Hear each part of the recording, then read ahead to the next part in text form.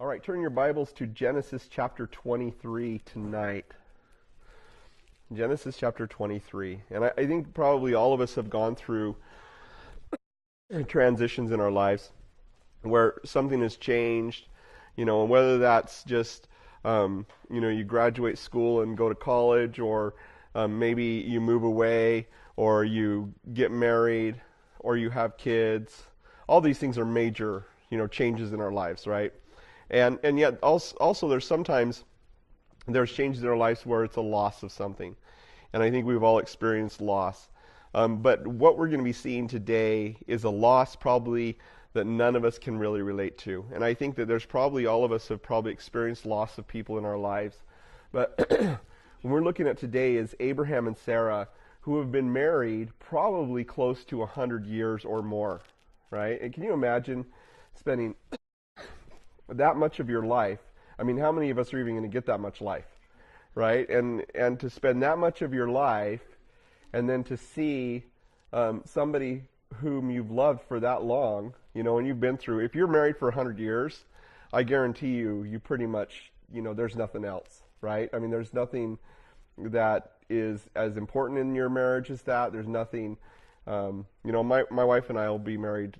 Will be 20 years in April.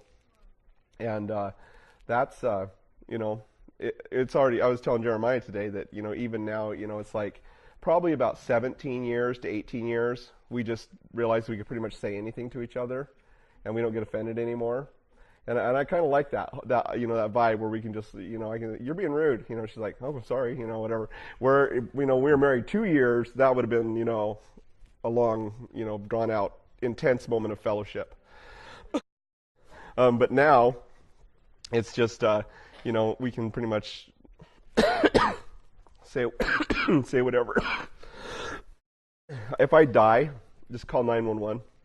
If I fall down, dying. Oh, the coroner if I die. Okay, thanks, Claudia. See, she has me taken care of. But today, so we're going to see Sarah finally dies. And this is a pretty big verse in the Bible in Genesis chapter 23, verse 1. It says, Sarah lived 127 years. These were the years of the life of Sarah. And so we see a couple things that are really interesting here. Sarah being the only woman who it's recorded that she dies, and it gives us her age when she died. And that's kind of significant when you look at Sarah's life and her legacy and the things that that she has done in her life. Now, just to kind of give us a little bit of background, remember last time we talked about Abraham sacrificing his son Isaac. And I think that, as you watch the TV shows and, the Hollywood's version of this, you always see Abraham, this, 40-year-old guy dragging his, 10-year-old son up the hill, and getting ready to kill him. Where in reality, where Sarah is now 27 years old, immediately after the sacrifice of Isaac, Isaac probably at this time would have been about 37 years old, 36 to 37 years old when Sarah died, right after that event.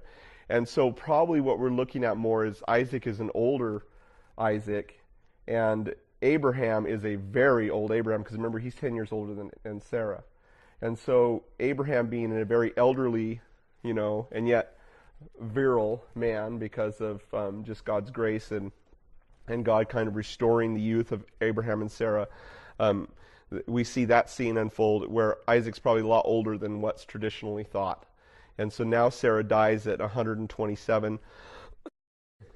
And, I wonder, I think about this.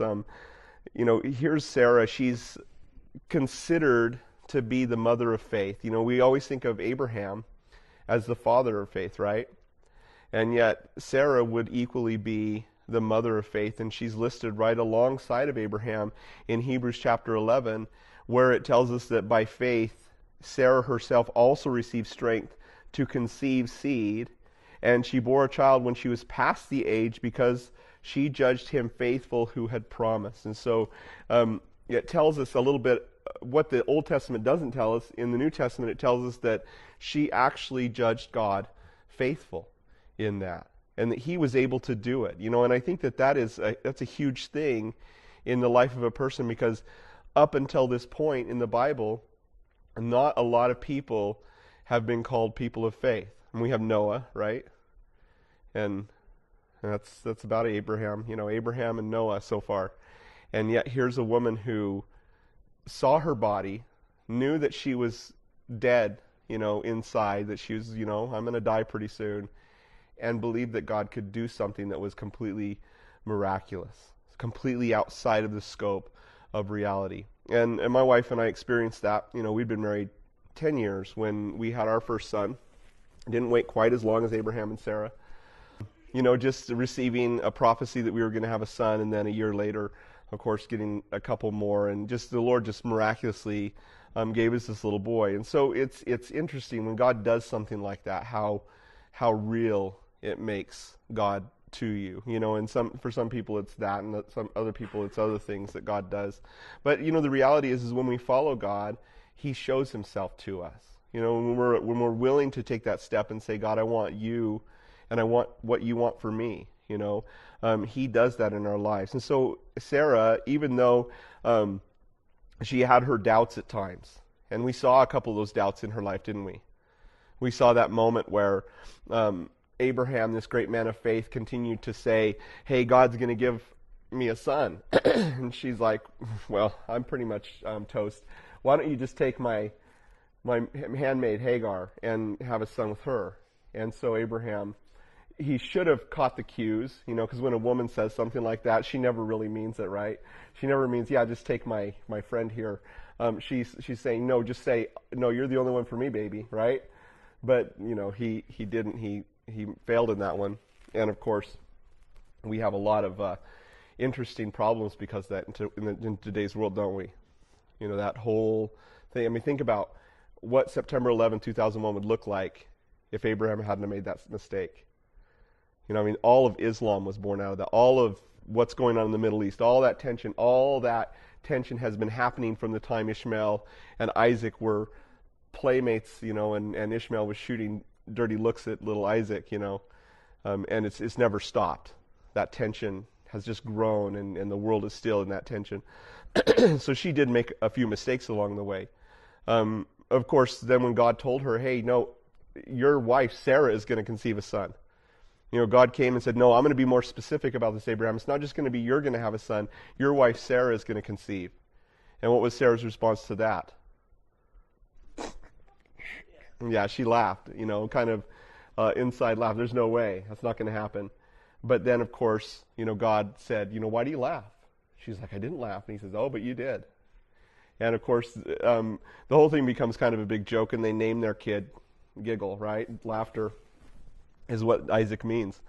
And so it was after that, after God had visited them that time, apparently, that Sarah would say, you know what, he's faithful, he's going to do it. God can do that. And in the next spring, she conceived. And we see, just as we see her, it seems like her whole makeup had changed, like she'd become young again as she had this son. And it's not just that we learn about from Sarah. We actually learn some pretty interesting things when it comes to marriage. And I wanted to bring this up. It's funny because I know that Marissa and Christina always want me to talk about something on marriage. And so I thought, I'm going to throw this in there, and they're not even here tonight. But so they can get on the tape and listen to it. I guess they'll say it anyway. But it's interesting what it says in 1 Peter chapter 3. And you can turn there with me because I think that this is good when it comes to marriage. And it talks about, kind of Sarah's legacy. It says, 1 Peter chapter 3, verse 1, and this is probably one of the most popular verses in the Bible among women. It says, wives, likewise, be submissive to your own husbands, that even if some do not obey the word, they, without a word, may be won by the conduct of their wives. That's, probably not a popular verse among women. But, as weird and as contrary and difficult that is to a woman to hear those words, I have seen these things play out within a marriage to restore, to rebuild, to heal, like nothing else. And just like Sarah having faith with her bonehead husband Abraham, and trusting God in spite of the things that Abraham told her to do. Remember those couple times he says, hey, tell them you're my sister. And so she goes along with it. Not real wise, but what she did in that situation where Abraham was telling her to do something that was ridiculous, what she did was she just trusted God. And she said, you know what, God, I know that you talked to my husband. I know that you love my husband. And, you know, I'm going to trust you are going to get me out of this situation. Now, and I know that seems crazy. But, you know, I've always found that when women will respect the authority that God has given their husband, and that's an important thing to think about. It's not that your husband is this upstanding, smart dude that always makes the right decisions. In fact, most women feel like when they obey their husbands or follow their husbands, they're committing intellectual suicide to a degree. Like, if I follow this bonehead, he's going to lead us right off the edge of a cliff, right? And yet God says, you know, submit to your husband. So you're not submitting necessarily to the man as much as you're submitting to the office that the man holds. Just like, you know, when we get pulled over by a police officer and he comes up to our car, we may not like the guy, right? But we behave ourselves because of the position he holds in our lives, right? But, you know, you think about that. You know, you think about somebody who's in the office of a president or a governor or a king. You know, you may not like the policies, you may not like whatever, but when it comes to the office, because we love our country, we respect the office, don't we? You know, and we do whatever culture requires when it comes to that office. And so it's the same thing with your husband. You may love your husband, you may think he's just amazing, or you may think he's a bonehead, but the reality is when God's judgment falls upon your husband, where do you want to be? Do you want to be in front of him or behind him? Right? Because the reality is that God is, and time and time again, we see, as we've watched Abraham and Sarah, Abraham was blessed for Sarah's sake. Now, when Abraham's blessed, so is Sarah, right? And so God blessed their marriage, God blessed their finances, God blessed them because because Sarah followed what God required of her or asked her to do. So she was very submissive to her husband, probably overboard, and probably, you know, let it be according to your faith, right? Because I don't think most wives would put up with that craziness with their husbands. And it's a different culture too, so that's to say something. But verse 2, it says, when they observe your chaste conduct accompanied by fear. And so what he's saying is that if you want to win your husband over, ladies, the best way to do it is, he says, without a word. Now, that seems very difficult for a woman to win her husband over without a word. And yet, ask your husband, would you rather be won over with lots of words or with no words? And it's amazing how men respond to no words and all action. You know, it's amazing. It's true, because men don't necessarily feel like thank you, honey. What you got? Two? Oh, I got coffee over here, but you're such a sweetheart.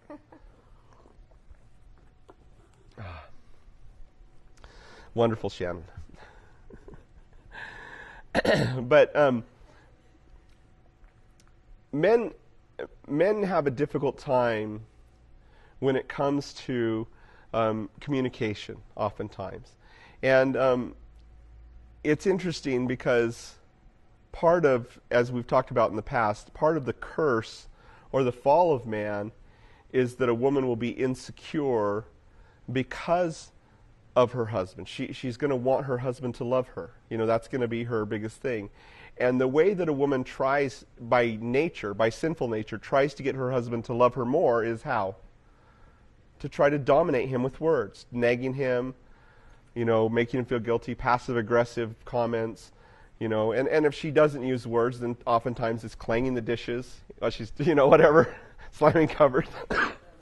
I don't know this from my own marriage. I'm just. But he's saying, and this is true, if you want to win your husband over, ladies, do it without saying anything to him.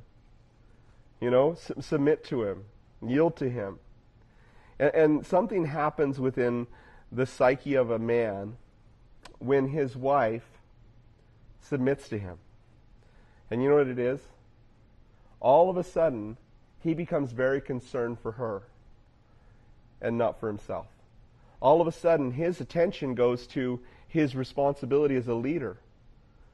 But as any time a man feels like he's competing for leadership, he will oftentimes yield to the woman to let her lead. And I don't know why that is, but that's just the way that men are wired. Men lead when they have followers, not when they're being told to lead. When men are being told to lead, then he's just doing what you asked him to do, right? He's not doing what, he feels like he needs to do.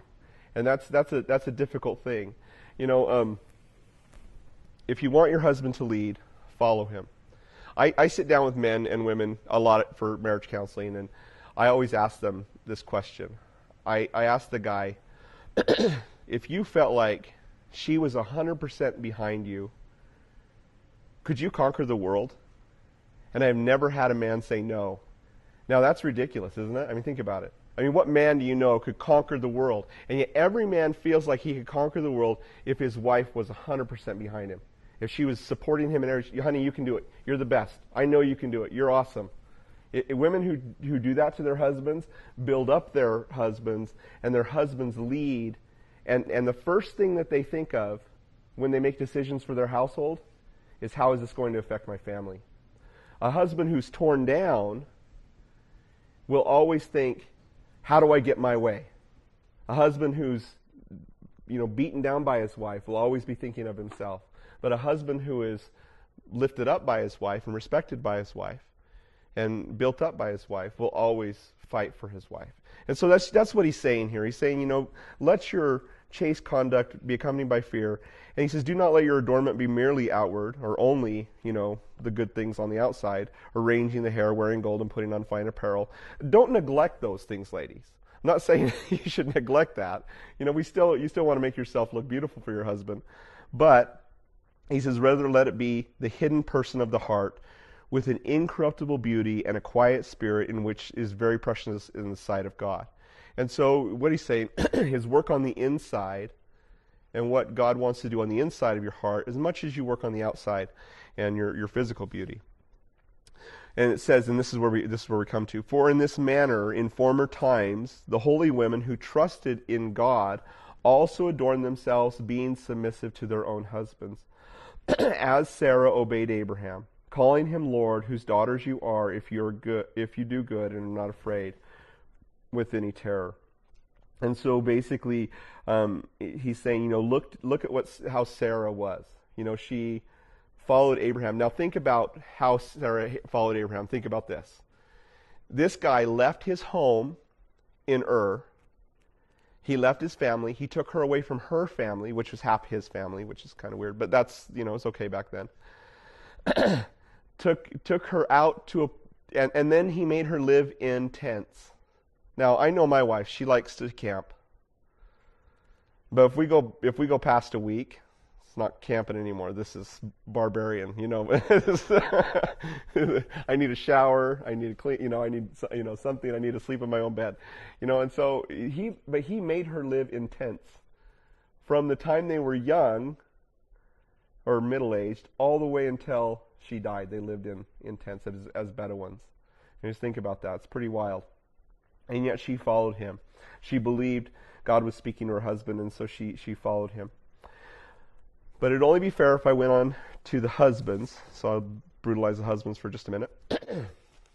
In verse 7, husbands likewise dwell with them, with your wife, with understanding, giving honor to the wife as the weaker vessel, and being heirs together in the grace of life, that your prayers may not be hindered. And so he just packs a lot into this one little verse. But he says, first thing you need to do, guys, is you need to understand that woman. It says little clouds above every man's head. Understand her. You know what? I don't understand her, and she admits that she doesn't even understand herself half the time. So how am I supposed to? No, that's not what he's saying. He doesn't say understand your wife, right? He's not saying you need to understand what makes her tick or how she works or anything like that. But what he's saying is you need to be understanding of her. You need to be understanding of her that she is not like you, that she has different needs than you need. And it's true, yes, women want their husbands to lead. And so even if she told you, and you're like, okay, she told me, so I'm not going to do it now, be a man and just do it. Lead your home. Stand up on your 2 feet. She says, I want devotions. See, this is the problem. When a woman says, will you do devotions with me? A man's like, oh, I'm never going to do that as long as I live. She suggested it, so I'm not going to do it now. Right? That's just the way men are wired, which is sad. But men, do it. Just do it, She wants it, then do it. And be a man, and do what God's called you to do as a man, as a man, sorry. And so he says, dwell with them with understanding. And I think that when we think about our wives, he says giving honor to the wife is the weaker vessel. Now, when this is speaking of a weaker vessel, the Greek here is not lower quality. Okay, we're not talking about, okay, he's porcelain and she's a paper cup or something like that. And it's not talking about, even strength really. What it's talking about, he's talking about like a piece of fine china, right? And that's really what the Greek is implying here, isn't it? It's not talking about weaker in the sense of quality or even in the sense of fragility, although it could mean that. But what it's saying is that she's something to be treasured. And so in your house you have, your hefty plates that all your kids use or that you just serve everybody on. But then somewhere in a special place you have a set of china that you got from your grandmother, right? And you only bring that out when the president comes to town, right? You only bring that out. Even at Thanksgiving, it's not going to bring that out. You're just going to bring out that when, like, a dignitary or somebody super important comes to your house. Jesus came to dinner. You'd use that china, right? Because you keep it special, you keep it safe, you keep it clean. It's not to be played with, toyed with. And men, sometimes we're kind of rough with our wives. It's common that men do something that is completely unacceptable when it comes to their wives. And that is we tease them when they don't want to be teased. So like we come home and we're downcast, and they say, so you didn't get the job?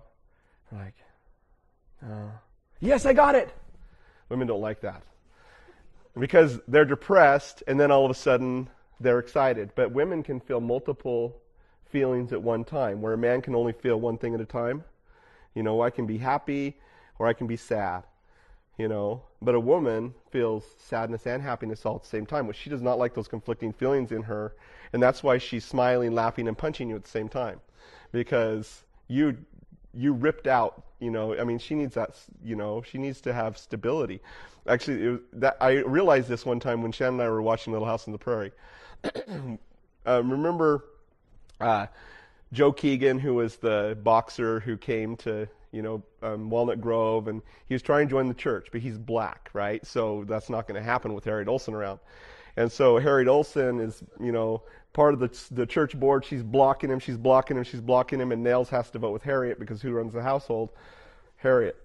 So Charles and Jonathan are also on the church board, and so they're all kind of, getting ready to vote on Joe Keegan, and if it's a tie, he's not in, right? And so they go to vote, and as fate would have it, the Olsens get in a fight. And so, contrary to the sanctity of his life, Nails votes against Harriet, and Joe Keegan gets voted into the church, right? So that's the scene. So Charles and Jonathan go to tell Joe Keegan, and how do they do it? They go with downcast faces. Knock on the door. Joe opens the door, and they're just like, looking down and somber. And Joe's like, I knew I wouldn't get voted in anyway, so I don't want to join that church anyway, And then both at the same time, Jonathan and Charles both go, no, you got in. And he's like, yeah, and everybody's excited. And Shannon says to me, why do men do that? I was like, because it's the rush. It's like I'm low and then I'm brought to the top. Woohoo! And she's, I don't want to be low and then brought to the top. I don't want that. It's just too much, Weaker vessel, guys. She wants to be handled with care. That's just a simplistic example of that. But giving honor to the wife as a weaker vessel, and being heirs together in the grace of life. And what this means is that you guys have been given a life to live together. And that is something that is precious if you will see it as precious. If you will see the life that God has given you to live together, that you are on a team, guys, and it's not your way or her way. It's always our way. And we can't hurt one another without hurting ourselves, right? And so we have to think of our marriage as a team, not as a, I'm going to try to get my way and she's going to try to get her way, but it's a coming together of two people. The two shall become one flesh. And so you're heirs together means you're inheriting together the grace, and the word grace, charis, just means gift. The gift of life. You guys are inheriting a gift of life together, to live together and to, enjoy together. And so that's what he's saying. And then he says that your prayers, this is how he throws this little caveat in there, guys, that your prayers may not be hindered. So understand your wife, and live with her by grace, or your prayers are going to be hindered. Well, what is he talking about there? Actually, he's probably referencing Malachi, where Malachi says, you weep, you go to the altar with tears, you give gifts to God, and your gifts aren't received, and you're saying, why, God? And he says, because you've committed treachery against the wife of your youth. And he says, do not commit treachery against the wife of your youth, because God wants godly offspring. He wants your kids to grow up knowing the Lord. And when a husband goes off, or when a wife goes off and does their own thing and doesn't invest in the marriage, it causes a treachery within the marriage. And then, the kids suffer. That's who suffers. And so he's saying, hey, this is what I want, for God hates divorce. For it covers one's garments with violence. And so that's what he's saying. He says, I'm not going to listen to you when you are allowing this chasm to happen between you and your wife. And so husbands, take it very seriously. When it comes to our relationships with our wives, we are responsible to make sure our relationship is good. Right? We are responsible to invest in that relationship. It takes us a while to figure that out, guys. I get it, because I'm a guy, and so I understand. But as time goes on and we see, our wife, maybe looking distant to us, or things seem to be becoming status quo and we're just strangers passing in the night, as husbands, we have to go to prayer for our marriages and say, God, help me to love my wife like I need to love her. Help me to show me how to love this woman. Show me how to bless her. Show me how to be a good husband to her. And I don't think that God would ever reject that prayer. When we as men will stand up and say, God, I need you to help me to be the husband that I need to be, God's going to bless that. So anyway, Sarah and Abraham, examples, but Sarah being an example of a godly woman. Abraham, not so much as as far as a good husband. But Abraham was a great man. And why was he a great man? Because he had a great woman who was behind him and who lived with him. So Sarah dies. In verse 2 it says, back in Genesis 23, so Sarah died in Kirjath Arba, that is Hebron, in the land of Canaan, and Abraham came to mourn for Sarah and to weep for her. So you think about it, Sarah probably thought she would live forever. She was 90 years old. She has a baby. Think about that. That's intense. She actually probably had it in a tent. But 90 years old, has a baby. She has her youth renewed to the point that she can give birth, survive birth, right? Because you think of a 90-year-old woman, giving birth, that she's going to even survive that. She survives the birth. Pretty intense. And then she's able to care for, and you know what toddlers are like, right? I mean, you've seen toddlers around. She's able to care for and breastfeed to weaning a toddler. So God has done something physical to Sarah, that not only is she beautiful, because Abraham's still worried about other guys taking her, right? Not only is she beautiful in her old age, but she has her youth and vitality restored to her body. Pretty amazing. And she probably thought, I'm going to live forever. And so now, again, Isaac would be around 36, 37 years old. But this just proves that everybody dies. Everybody dies. And that should be a pretty sobering thought to all of us. Every single one of us is going, any of us, all of us could die tonight. Any of us could die tomorrow. You just never know when you're going to die. And you may live until you're 85, 90, 100 years old if you're really, really strong. But there's going to come a day when you're just going to die. And that's awful. You think about it. What is it like? And you see that Abraham coming and he's weeping for his wife. What is it like when somebody close to us dies? We experience that. It's amazing how life goes on, and you start out where nobody is dead. Everybody's alive, right? You're a kid, and your parents are alive, and your grandparents may be alive, at least the ones you knew, right? Maybe like me, I had great-grandparents that were still alive, up until I was in grade school. And then people start to die. Maybe somebody dies tragically, and maybe somebody dies of old age. Great-grandparents die. And then as we get older, more and more people, what grieves me is the guy I worked next to for a year at a ski lift, killed himself. Other people I've worked with, a friend of mine that I went to church with, so many people, I can think back, people I went to school with are dead. That's shocking to me. And yet the more people, the longer you live, the more people that are close to you die. And as Greg Laurie said one time, I heard him say that, there comes a point in your life where you have more people in heaven than you still have here. And you think of that in terms of what eternity is all about. And I'm yearning now to be in heaven because I have more people in heaven than I have even here on the earth. And I think some people, especially people who lose children, really feel that way. And yet we never know.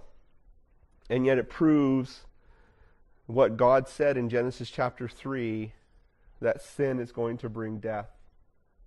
And from that very first disobedient moment before God, when they partook of the apple, Macintosh, I think, and bit into it, and sin entered the world, until today, death has visited everyone, even people like Lazarus who were raised from the dead.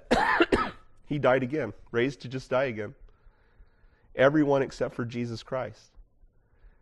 And yet that's the beautiful thing is, I think with that knowledge of death and that knowledge of the futility of life, and just, you go through your entire life and then people just die, and then everything you've worked for and everything you've built up just goes away and you can't enjoy it anymore.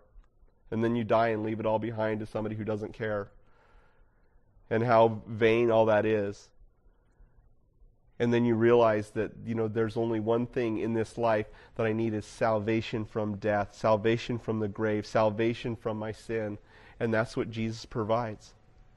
Jesus provides that we would not only live life abundantly, live life for what we were created to live it for, which is God, but also that we would be forgiven of our sins, and that we would be resurrected one day, and that we could have that sure and certain hope of a resurrection from the dead, to know that God is going to redeem us and to bring us to heaven with Him for all eternity. Without that, life is pretty meaningless.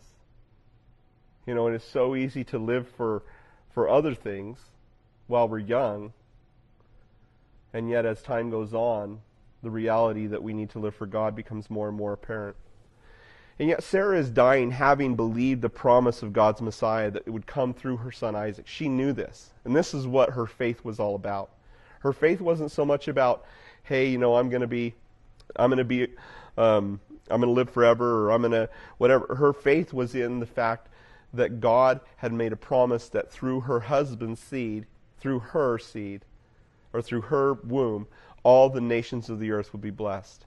And that's what that son was. He was the son of promise who would bring about the Messiah, and that was everything to her. And so Abraham and Sarah both lived with faith in the promise of a Messiah that would come and save the world from its sins. And when she dies in Hebron, it tells us. Now, what's interesting is the word Hebron means fellowship. And so, it's kind of a type there. She dies in fellowship. She dies in fellowship and relationship with God.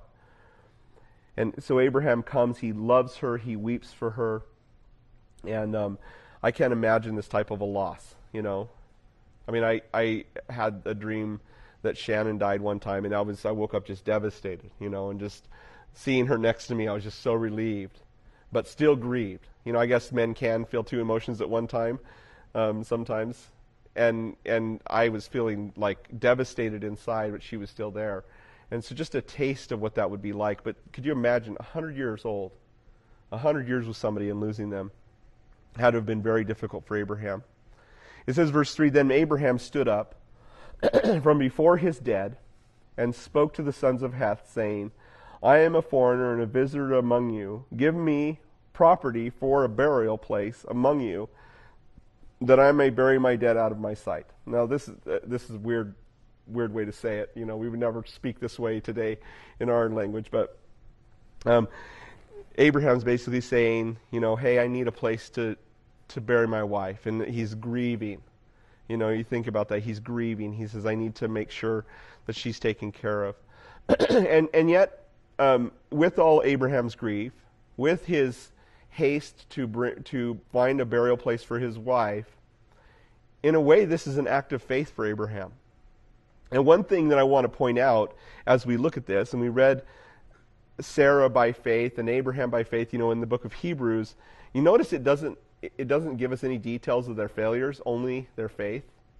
You realize that the New Testament doesn't bring up the failures of the Old Testament prophets. It only brings up their faith. As you read through, it doesn't talk, the New Testament doesn't talk about David and Bathsheba. The New Testament doesn't talk about Sarah being sold off as his sister. It only speaks about the things that they did by faith. And that's true for us too. God doesn't remember our failures. Our sin is forgotten, cast as far as the east is from the west. When we confess our sin, when we forsake our sin, He's faithful and just to forgive us our sin and cleanse us from all unrighteousness. The Bible is very clear about that. And so we see these people who, by faith, did a lot of things and did other things not so much by faith, but God only remembers the things that they did that were by faith. But He recognizes tremendous act of faith. He recognizes he's a foreigner, but he also knows this is the land that God has promised him. He knows this is the place, the land of Canaan, is where God is going to make a place for my descendants where they're going to be as the sand of the sea. And he's thinking to himself, I don't want my wife carried back to Ur of the Chaldees, which was totally doable. I don't want her buried there. I want her buried in the land that my descendants are going to be, right? And to be buried in, we would call that being buried in the Holy Land these days, right? I mean, that would be exciting. Could you imagine being buried in the Holy Land? Actually, there was a guy who was with his wife, and they were visiting the Holy Land, and unfortunately, while they were there, his mother-in-law passed away. She just fell over dead. And so they went to, the people who handle such things, and he said, my mother-in-law died. What do we do? What's the procedure to get her buried back home?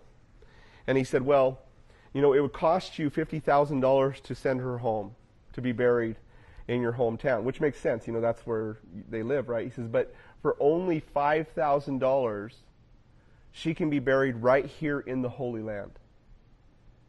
And he says, $50,000, okay, I'll write the check. And he wrote a check for $50,000 and gave it to him. He's like, didn't you understand? You can, for 10%, for just $5,000, she can be buried right here. And he says, oh, I understand, but I heard once that there was a man who was buried who rose from the dead, and I'm not going to take any chances. Just seeing if you guys are awake. His mother-in-law. Right, okay, never mind. Excuse me. In Genesis 15:18, God made a promise to Abraham, to your descendants, I have given this land, to the river Euphrates, the great river of Egypt. I have cough drops. All right, thanks. See, she's a helper. Isn't she my helpmeet? Thank you, honey. So, Abraham wants to bury his wife where his descendants will live, and that's the same thing that happens. In Genesis chapter 49, verse 29 through 32, Jacob gives the same instructions when he dies. He says, I want to be buried in the Holy Land. And so all his sons gather around him. They carry him to the Holy Land, and it says they bury him in the field of Machpelah in the same cave that Abraham was buried in, that Isaac was buried in, that Rebekah, that Sarah was buried in. All of them were buried in the same place. And by faith they would say, hey, that we want to be buried there. And yet, Abraham, recognizing he's a foreigner, and yet someday he's going to inherit this land, or his descendants will inherit this land. The Bible also tells us that Abraham would always consider himself a foreigner. It says that he sojourned as a foreigner, looking for a city whose builder and maker was God. He lived in tents with Sarah, Isaac, and Jacob. He didn't put down roots because he was waiting for the city of God. And so he never felt like he was a dweller of the earth. And so too the children of Israel would get that same sentiment. Throughout the Old Testament, again and again and again, they call themselves pilgrims and sojourners. We're even consider ourselves as this is not our home. This world is not our home, but we're looking for an eternal home. We're just passing through while we're here. We're looking for an eternal home. And it comes back to what God told the children of Israel and Moses. And we'd warn them in Deuteronomy 8. And he says, hey, you guys, you've been wandering in the wilderness for 30 or 40 years, give or take. It's 38 years and many days that they were suffering, and a year and something that they were given the law and all that. So 40 years total, they've been wandering around in the wilderness, and they're getting ready to go into the promised land. And God's saying to them, hey, you guys are going to go into that promised land. You're going to have wells you didn't dig. You're going to have vineyards you didn't plant. You're going to have houses you didn't build. It's flowing with milk and honey. Milk means that the cattle are producing. Honey means that there's crops and agriculture that's being, pollinated. And so we're talking prosperous, right? You're going to go in there, and he says, but make sure that when you go in there, you don't forget me. That you wandered all these days in the wilderness, and you had food that you didn't know. Manna means what is it? You ate food that you didn't know. Your shoes did not wear out, your clothes did not wear out. Now we think of that, we think, that's cool, that's so cool. I don't think it was that cool. And you can imagine wearing the same outfit you had on in the 70s, if you were even alive in the 70s. Like still wearing that, hey. But they were wearing the same clothes for 40 years. Same shoes for 40 years. Most of us buy a new pair of shoes probably every year, or at least every 2 years, right? Maybe more if you're a runner or something. We buy a lot of shoes, a lot of clothes.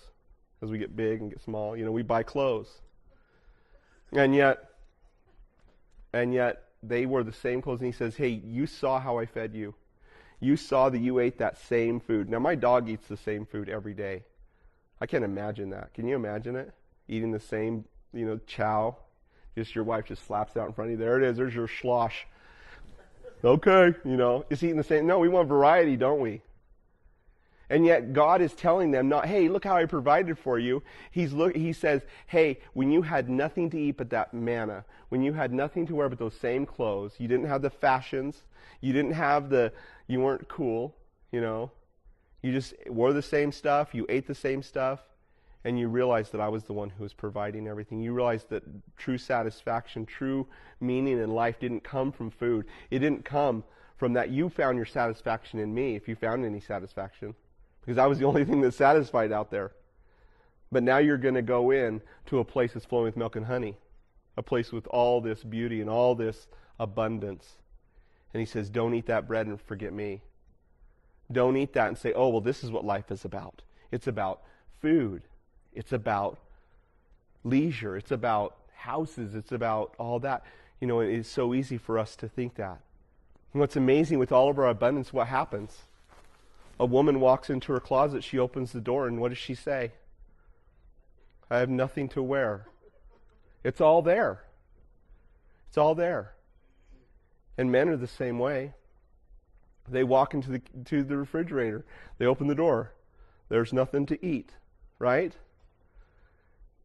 And yet, there's plenty of food in the fridge. It's just you don't want to prepare anything, right? Woman, get over here and make me something edible, you know? We're dissatisfied. And yet we think somewhere in the back of our mind, hey, if I get that job, or I get that woman, or I get that thing, or I get that whatever, it's going to satisfy. And yet God says, He says, one thing I want you to remember. When you go in there, don't forget me, because man does not live by bread alone, but by every word that proceeds from the mouth of God. That is what satisfies us. That's what fulfills us. Not the abundance of the things that we have. And every time the children of Israel forgot God and started to look towards their wealth or the things that God provided for them as some sort of caveat to forgetting about God and living life successfully, God judged them and He brought them out of their land. And He helped them to remember once again, as they were under hard bondage, or they were under slavery, or they were disenfranchised and moved to another land. Man, nothing satisfies but God. And then when they turn back to God, after they've been punished because of their disobedience and their forgetting God, they turn back to God, and God would bless them again and bring them back into the land. But there's always that thing to remember, that man does not live by bread alone, but by every word that proceeds from the mouth of God. And that's exactly what Abraham knew. He believed it. It says, verse 5, and the sons of Heth answered Abraham, saying to him, hear us, my Lord. You are a mighty prince among us. Bury your dead in the choicest of our burial places. None of us will withhold from you his burial place, that you may bury your dead. And what this shows is that Abraham had a good reputation among the people. And, it would have been difficult to have a good witness amongst them, because he's a foreigner and he has a lot of people with him. And they say, hey, Abraham, you're pretty big, and so we're not going to withhold anything from you because we don't want you to retaliate against us. They say, no, you're a prince amongst us. You're respectful, you're kind, you take care of the resources, you're not an abuser of things. You can have anything you want. Then Abraham, verse 7, stood up and bowed himself to the people of the land and the sons of Heth. Now, Heth was the second oldest of Canaan, second to Sidon, who was the first of Canaan's sons. Verse 8 says, he spoke with them, saying, if it is your wish, I will bury my dead out of my sight. Hear me and meet with Efron, the son of Zohar, for me, that he may give me the cave of Machpelah, which he has, which is at the end of the field. Let him give it to me at the full price, as property for a burial place among you. So Abraham isn't trying to take advantage. He's just seeking closure for his wife who's died. He wants to bury her in the land of Canaan, where his descendants will live. And it says, verse 10, now Efron dwelt among the sons of Heth, and Efron the Hittite, so he's not part of the sons of Heth, he's a Hittite, answered Abraham in the presence of the sons of Heth, all who entered the gate of his city, saying, no, my Lord, hear me, I will give you the field and the cave that is in it. I will give it to you in the presence of the sons of my people. I give it to you, bury your dead. So he's saying, I'm going to give it to you. Now, we hear this and we think, how generous, what a great guy, It just seems so nice of him just to say, hey, I'm just going to give it to you.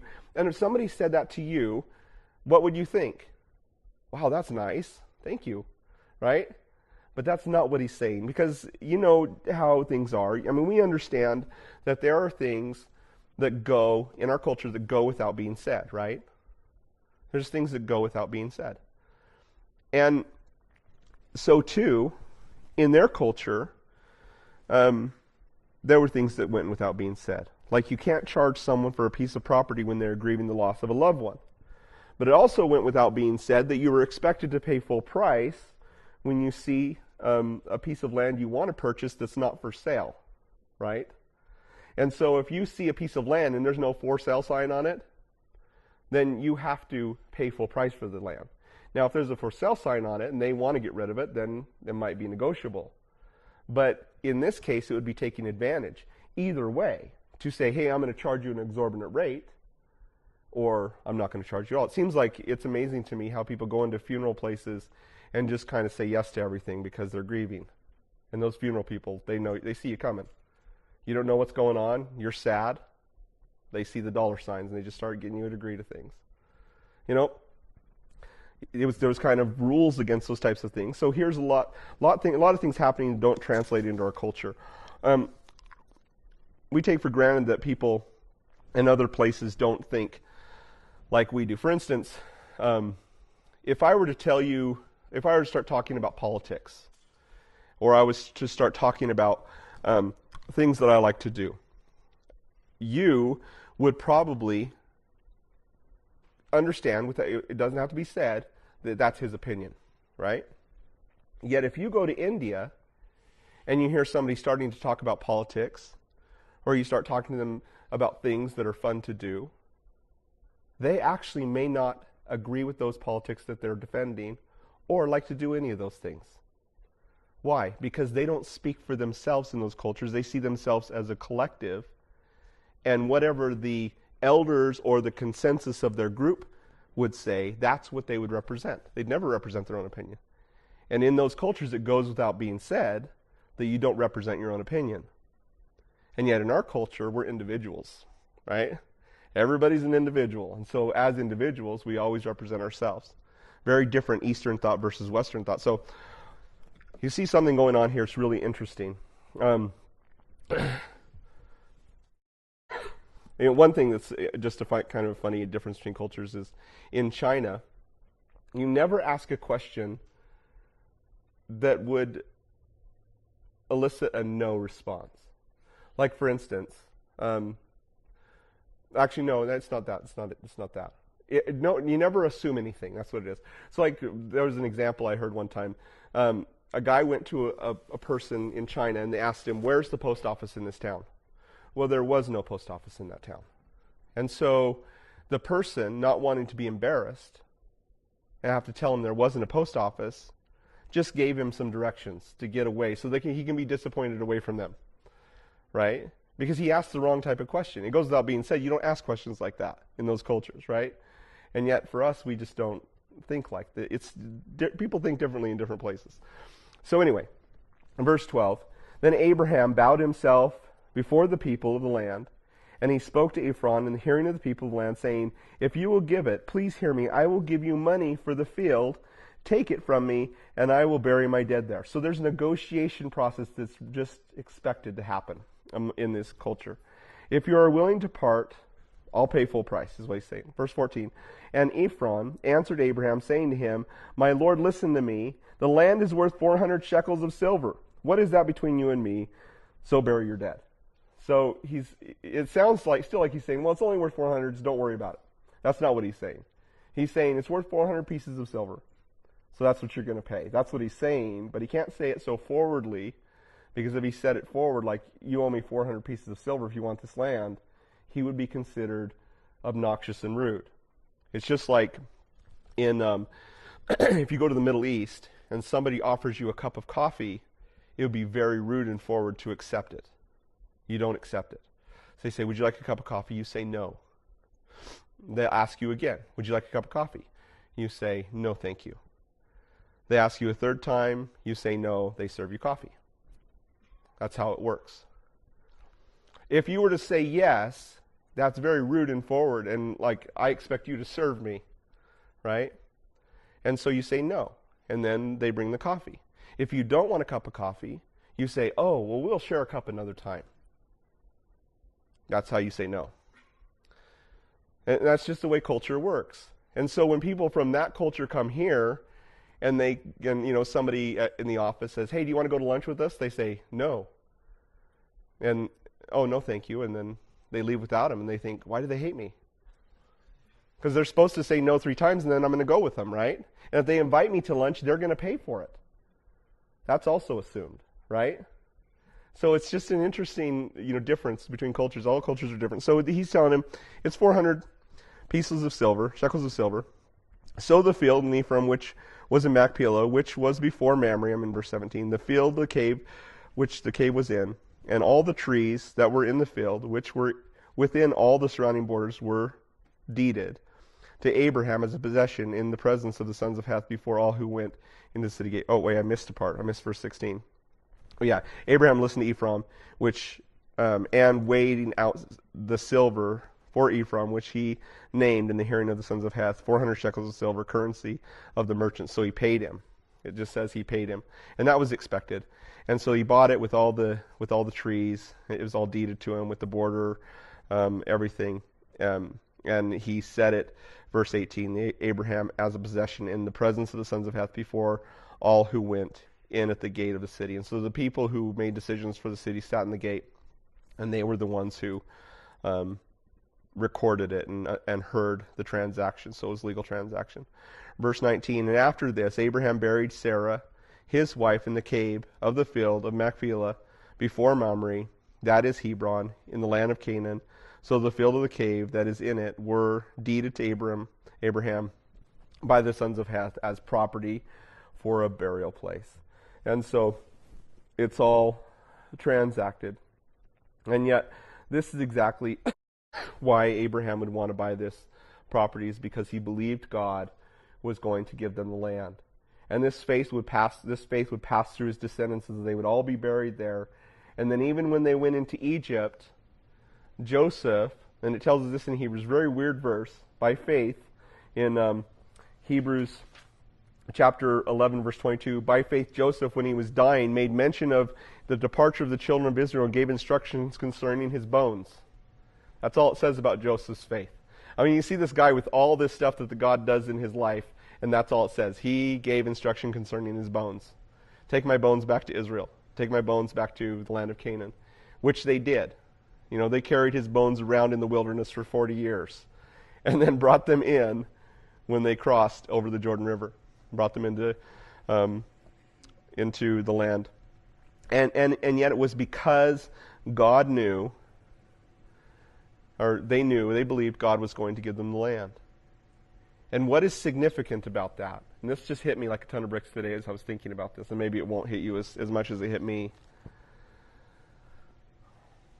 But after 2,000 years of being judged and being, basically scattered throughout the world, guess where Israel is now?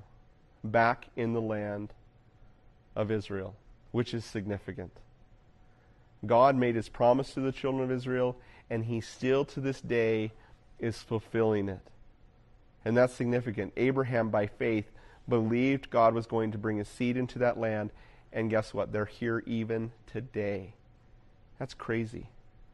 Because they were out of the land of Israel for 2,000 years. And before that, hundreds of years before that. And yet God continues to be faithful to his promises. This is the land I'm giving to you and to your descendants. And God's good at his promise.